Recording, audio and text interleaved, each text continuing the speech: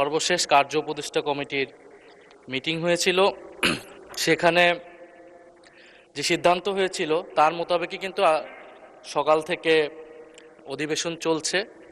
যেহেতু অধ্যাদেশগুলা দ্রুত সময়ের মধ্যে 9 তারিখের মধ্যে বা 12 তারিখ লাস্ট ডেট আমরা পাশ করাতে চাই, বিল আকারে বা আলোচনা করতে চাই, তো সে কারণে সকাল থেকেই অধিবেশন চলছে এবং শুক্রবারও অধিবেশন চলার কথা।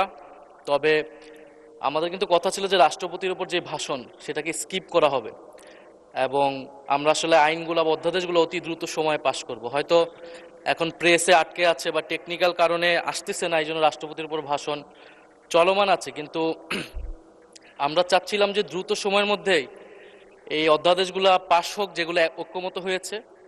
কারণ পরে যদি এরকমটা না হয় যেগুলোতে নোট অফ ডিসেন্ট রয়েছে বিরোধী দলের পক্ষ থেকে, সেগুলোর জন্য আলোচনার সময় রইল না, এই ধরনের অজুহাত যাতে আমরা শুনতে না পারি।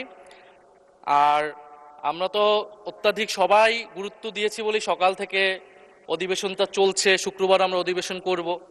তো মাননীয় সাংসদ নেতা উনি এখন অনুপস্থিত, উনি যদি থাকতেন তাহলে আরও ভালো হতো, কারণ আমরা কিন্তু সবাই এটাকে সবচেয়ে বেশি ইম্পর্টেন্স দিচ্ছি আজকের এই উপস্থিতি এবং অধ্যাদেশগুলোকে।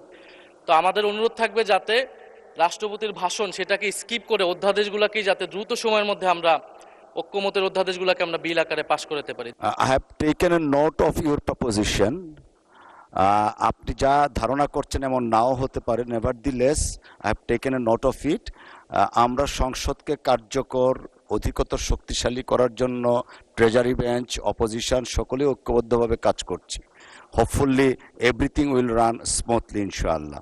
মাননীয় স্পিকার, আমাদের বিরোধী দলীয় চিফ হুইপ সাহেব যথার্থই বলেছেন।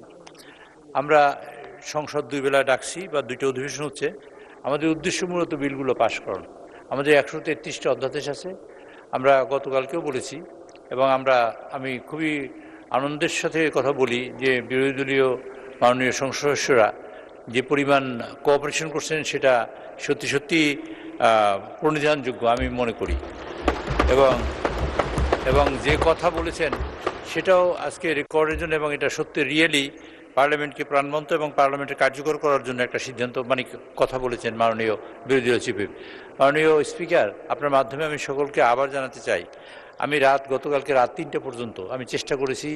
আমাদের বাড়ি সাহেব আছেন, আমাদের প্রতিমন্ত্রী, আমাদের জনপ্রশাসন মন্ত্রণালয়, উনিও রাত 1টা-1:30 পর্যন্ত আপনার সাথে কথা বলেছি।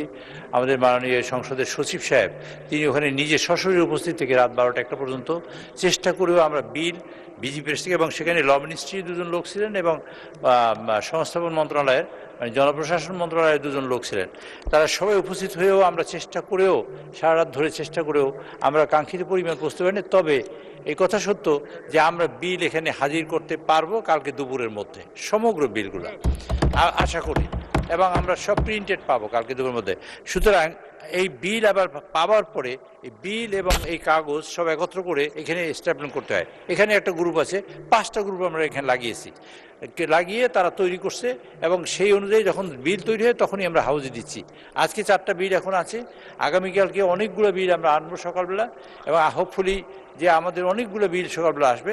আপনারা বিকাল থেকে যতগুলো মোশন দিয়েছেন বা যেসব আপনারা, আর ইতিমধ্যেই আমরা বিল যে পাশ করেছি আমরা হয়তো খেয়াল করি নাই, একটা বিলের মধ্যে 3টা-4টা অর্ডিন্যান্স ঢুকে গেছে একটা বিলের মধ্যে, যে কারণে আপনি বলছেন যে 1, 2, 3, 4, 5, 36, 37 পর্যন্ত গেছেন।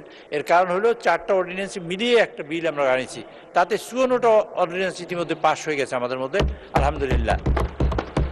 আর বাকি যে কয়টা আছে 133টার মধ্যে, সেগুলা অধিকাংশ বিলই আমি আশা করি কালকের ফার্স্ট সেশনে আমরা উত্থাপন করতে পারবো।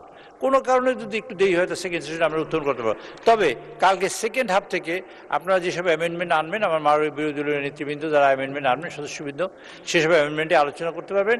এবং কালকে আছে পরশুদিন সমগ্র দিন আমরা আলোচনার সুযোগ পাবো, এবং পরশুদিন সন্ধ্যার সময় আমরা এর মধ্যে কিছু পাশ হবে, আর যা যা আলোচনায় থাকবে মানে নোট অফ ডিসেন্ট আছে সেসব বিষয়ে আমরা আলোচনায় আনবো। এবং আলোচনা আমরা করতে দিচ্ছি না তা নয়, তারা করতে দেওয়ার চেষ্টা করার জন্যই কিন্তু এত পরিশ্রম, এবং বিরোধী দলীয় সদস্যবৃন্দ যে সহযোগিতা করছেন আমি আন্তরিকভাবে তাদের ধন্যবাদ জানাই। ধন্যবাদ।